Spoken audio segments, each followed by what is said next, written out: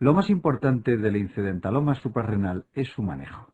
En primer lugar, siempre se descartará la funcionalidad del tumor.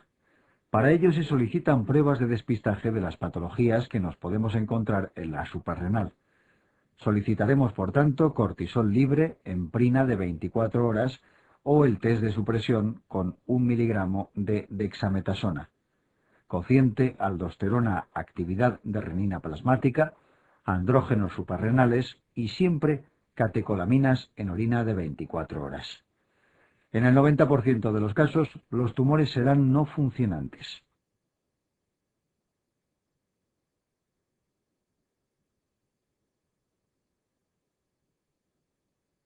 Posteriormente se valorará la sospecha de malignidad de la masa.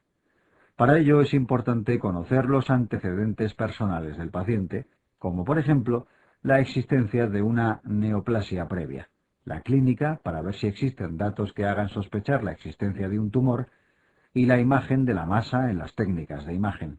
Es sospechosa la aparición de bordes irregulares y la presencia de adenopatías patológicas. En caso de sospecha de malignidad, se deberá solicitar una PAAF, ya que es la técnica más sensible a la hora de distinguir entre enfermedad primaria y metástasis.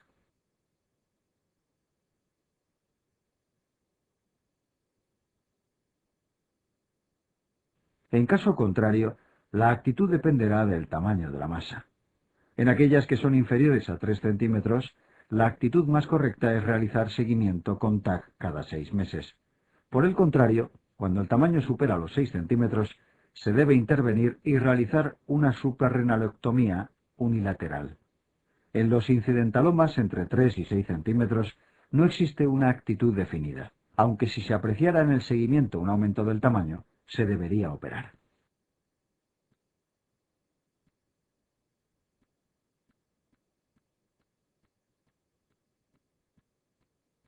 Diabetes mellitus. La diabetología constituye uno de los principales temas de la endocrinología, con una media de 3 preguntas en los últimos años.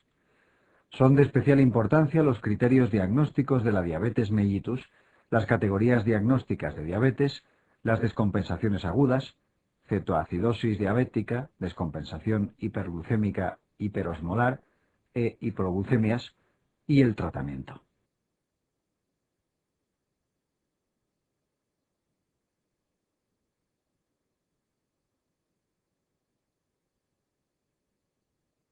Diagnóstico. A continuación se presentan los criterios diagnósticos de diabetes mellitus recomendados actualmente por la Asociación Americana de Diabetes, ADA 2004. En azul se indican las categorías diagnóstica de intolerancia a hidratos de carbono y de glucosa alterada en ayunas. Estas dos entidades suponen un factor de riesgo para el desarrollo posterior de diabetes y también presentan un riesgo vascular aumentado, pero no son una enfermedad en sí mismas.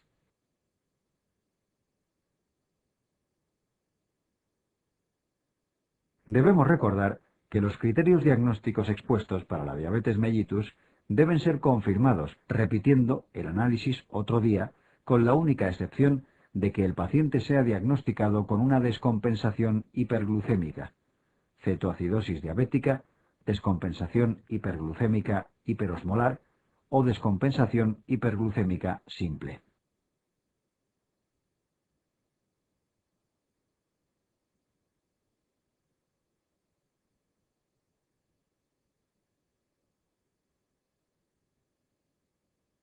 Presentamos a continuación las indicaciones de cribado de diabetes mellitus tipo 2 en pacientes asintomáticos. Debemos recordar que la prueba de cribado recomendada por la ADA 2004 es la glucemia plasmática en ayunas, debiéndose realizar la sobrecarga oral de glucosa solo en casos seleccionados, como podría ser el caso de una paciente que presentase en una ocasión una glucemia mayor o igual a 126 miligramos por dl y posteriormente cifras repetidas entre 100 y 125 miligramos por dl.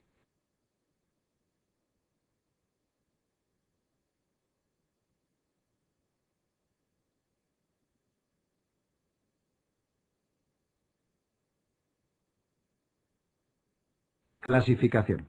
Presentamos la clasificación de diabetes mellitus actual indicada por la ADA 2004. Hay que tener en cuenta que aunque la diabetes mellitus tipo 1 y tipo 2 son las más frecuentes, existen otros tipos de diabetes que deben entrar en nuestro diagnóstico diferencial, como la diabetes tipo MODI, englobada en los defectos genéticos de la función de la célula beta, y las formas de resistencia a la insulina. Con posterioridad hablaremos de algunos de estos tipos de diabetes.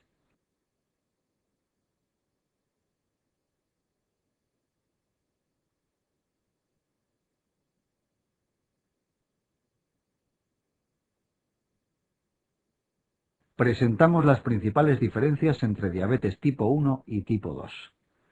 Debemos recordar que aunque la diabetes tipo 1 es más habitual en pacientes jóvenes y delgados, también puede aparecer en una persona de más edad y con obesidad.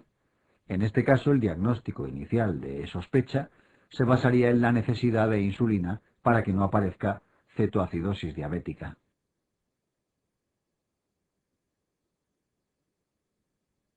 Es importante la comprensión adecuada de la genética asociada a ambos tipos de diabetes y cómo la diabetes tipo 2 presenta mayor influencia genética que la diabetes tipo 1.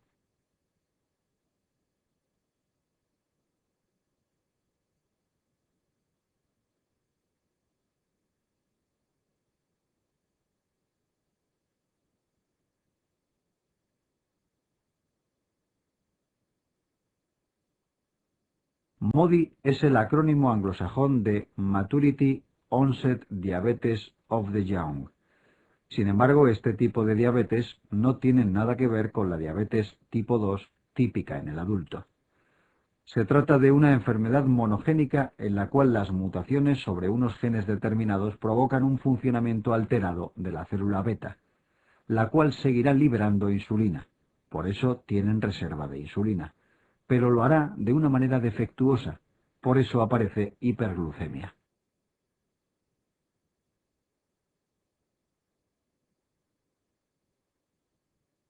El hecho de que sea autosómica dominante hace que estos pacientes tengan un gran número de familiares con diabetes con estas mismas características. En España los tipos de MODI más frecuentes son el MODI 2, ligado a un defecto del gen de la glucoquinasa, y el MODI 3, ligado a la mutación del factor nuclear hepático 1 alfa.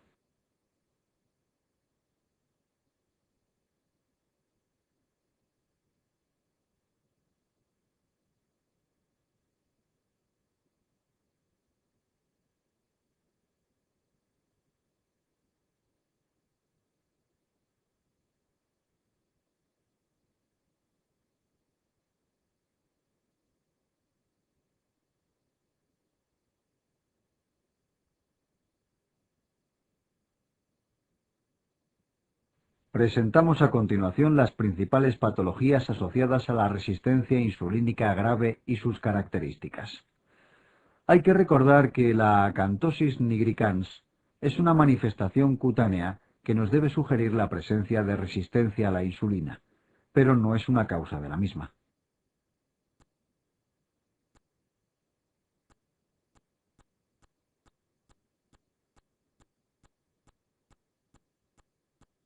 Se muestra un ejemplo de acantosis nigricans en una paciente con resistencia insulínica.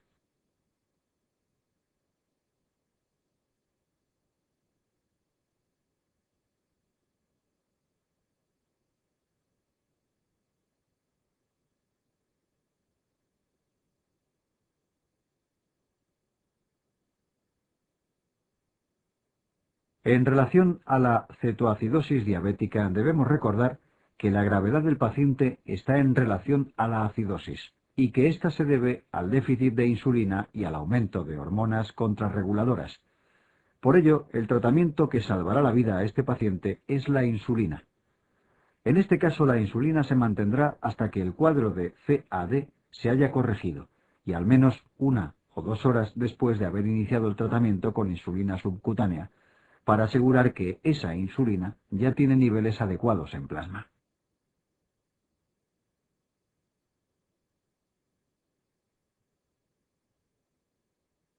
En el caso de la descompensación hiperglucémica hiperosmolar, El principal problema del paciente es la importante deshidratación secundaria a la diuresis osmótica, debida a la glucosuria, y por ello el principal pilar del tratamiento de estos pacientes es la sueroterapia.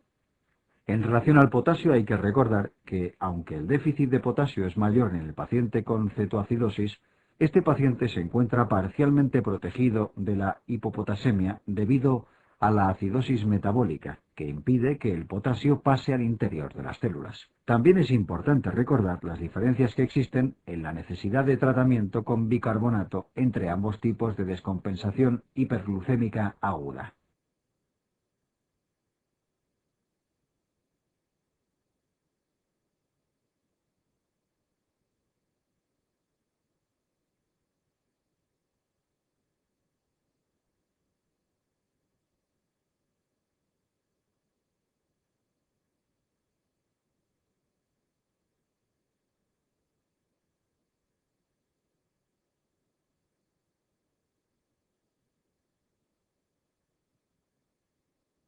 Se muestran a continuación los objetivos de control indicados por la ADA 2004. A la izquierda se indican los principales objetivos en relación al control glucémico y que han demostrado tener una gran importancia en el desarrollo de complicaciones microvasculares. A la derecha se muestran otros objetivos de control del paciente diabético que hacen referencia especialmente al control de los factores de riesgo cardiovasculares. Recordemos que esa es la principal causa de mortalidad de los pacientes con diabetes mellitus y por ello deben constituir un objetivo fundamental en todos los pacientes diabéticos.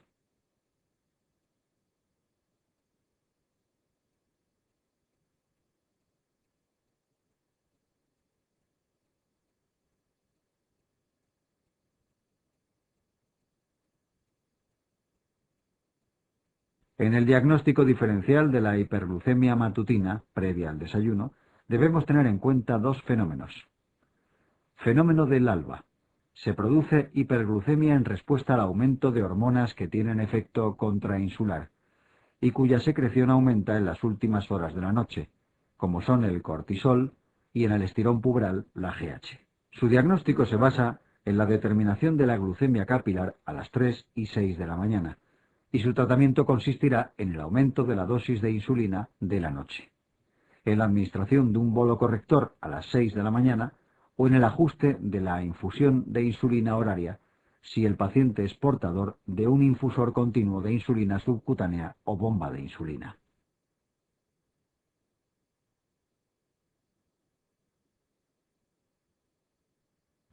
Fenómeno de Somogyi.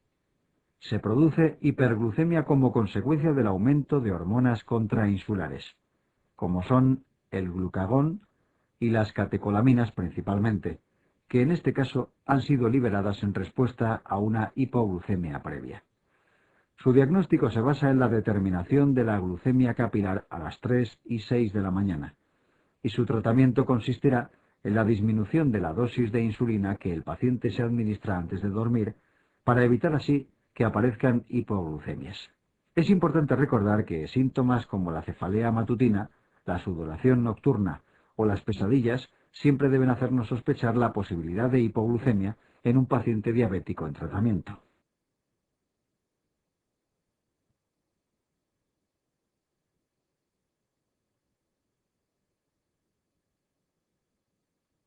Presentamos la tabla resumen de los antidiabéticos orales con sus mecanismos de acción, efectos adversos, contraindicaciones y uso. Hay que recordar que se debe considerar la insulina como tratamiento inicial en la diabetes tipo 2, sobre todo en sujetos delgados o en los que han sufrido una pérdida de peso intensa, en personas con nefropatía o hepatopatía de base, que impiden el empleo de antidiabéticos orales, y en las personas hospitalizadas por enfermedad aguda.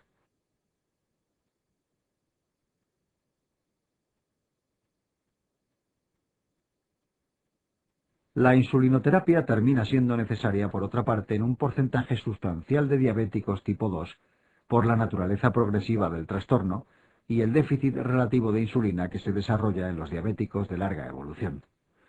También resulta de importancia recordar que el único grupo de antidiabéticos orales que no tiene admitido su uso junto a la insulina son las tiazolidinedionas.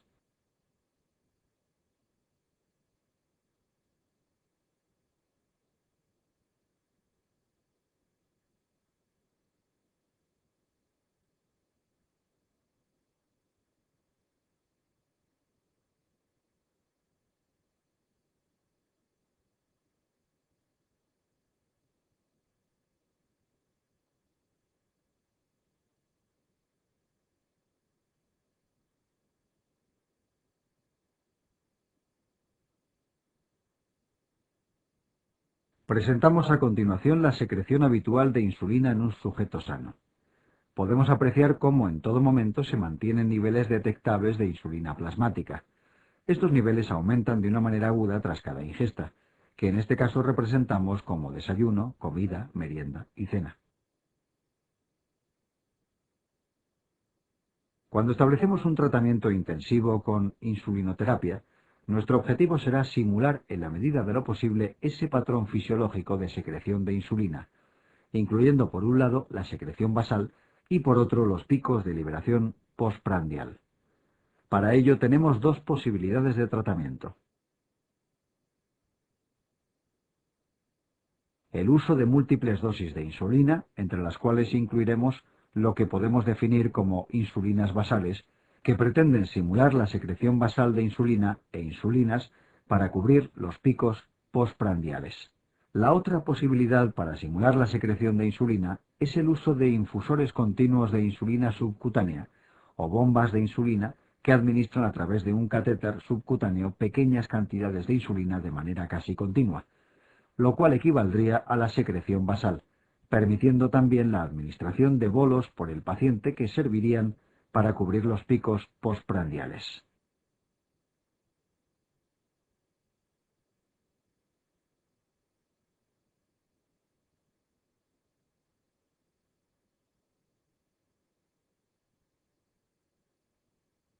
A continuación presentamos los distintos tipos de insulina disponibles: insulina glulisina e insulina inhalada aún no comercializadas en España, junio de 2006, insulina NPH, NPL, glargina y detemir son las insulinas utilizadas como basales.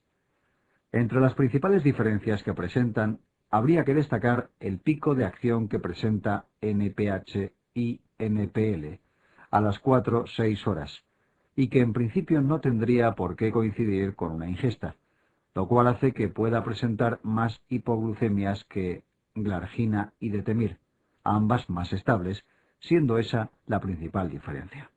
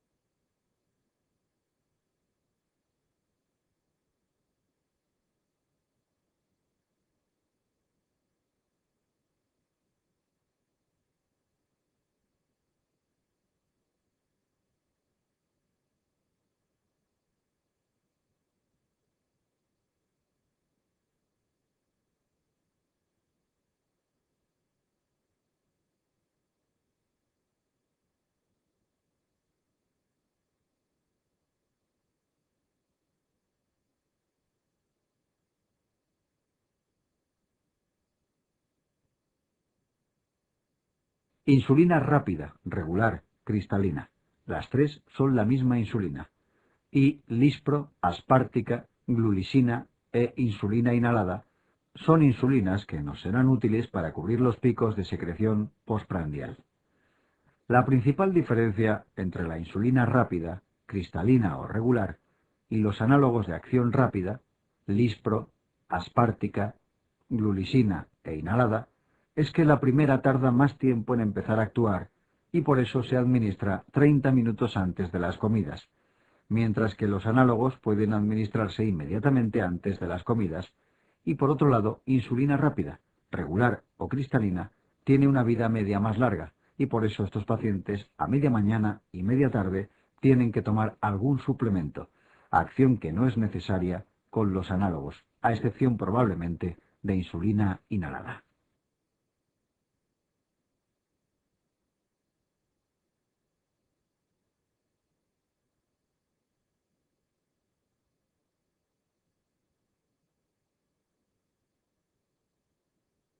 Presentamos gráficamente el patrón de acción de las distintas insulinas disponibles.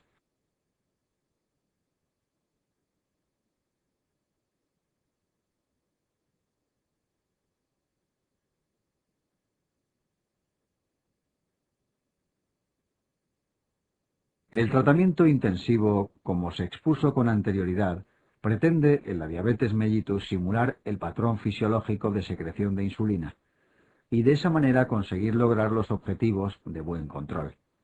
Esa modalidad de tratamiento ha demostrado una disminución en el desarrollo de complicaciones microvasculares, pero su principal inconveniente es que el número de hipoglucemias secundarias al tratamiento se triplica.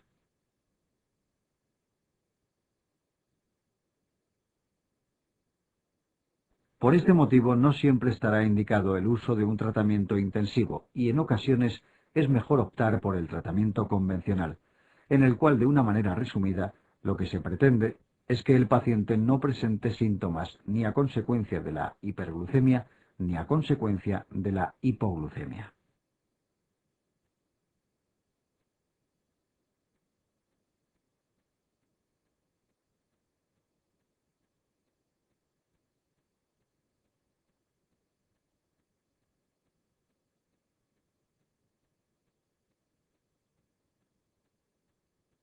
Hipoglucemias.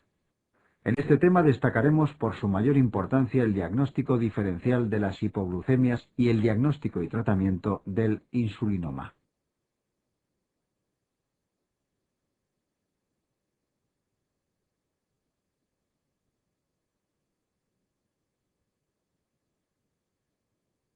Ante un cuadro de hipoglucemia, el primer paso siempre debe ser la orientación clínica hacia una hipoglucemia de ayuno o postprandial.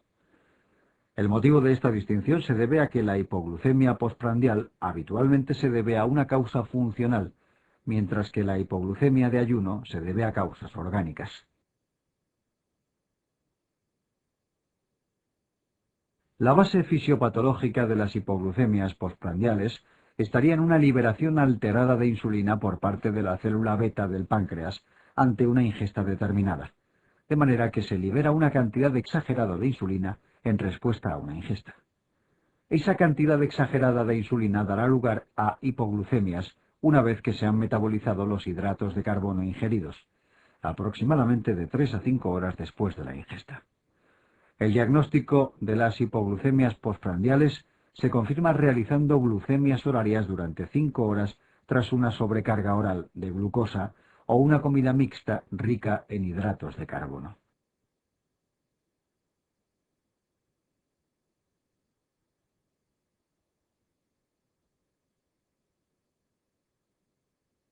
Las hipoglucemias de ayuno pueden producirse porque existen niveles elevados de insulina sin relación con la ingesta, como ocurre en insulinomas, tratamiento con sulfonilureas o el tratamiento con insulina. No existen unas reservas adecuadas de glucógeno en el organismo, como ocurre en hepatopatías, nefropatías, desnutrición, sepsis o etilismo. El receptor de la insulina se encuentra activado de una manera anómala, como ocurre ante la presencia de anticuerpos antiinsulina o antirreceptor de insulina. Existen péptidos anómalos que simulan la acción de la insulina, como ocurre ante grandes tumores mesenquimales con liberación de IGF-2.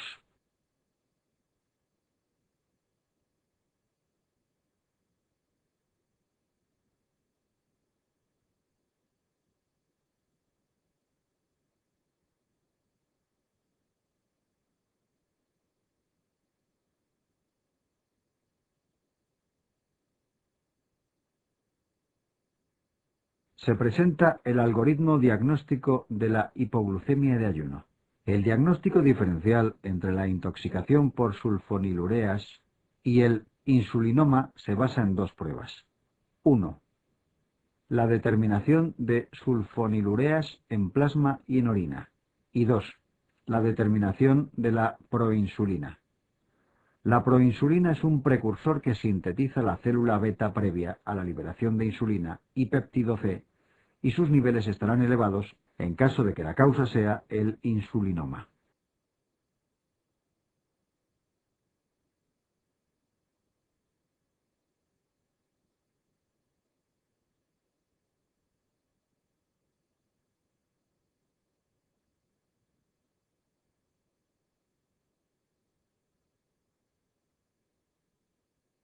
Insulinoma. Una vez realizado el diagnóstico bioquímico del insulinoma basado en la presencia de hipoglucemia junto con niveles elevados de insulina, péptido C y proinsulina, debemos realizar el diagnóstico de localización, ya que el tratamiento de elección será el quirúrgico. El hecho de que estos tumores sean sintomáticos, debido a que producen hipoglucemias, hace que sean diagnosticados con pequeño tamaño, y eso dificulta su localización. Por eso pueden ser necesarias distintas pruebas de imagen e incluso la realización de ecografía intraabdominal.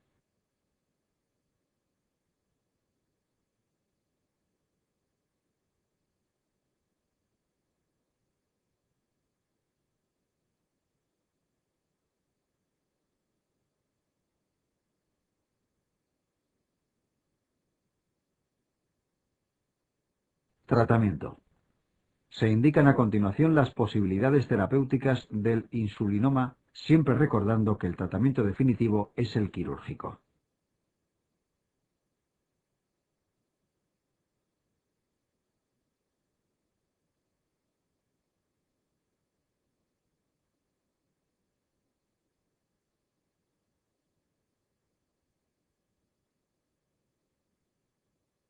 Nutrición, dislipemia y obesidad.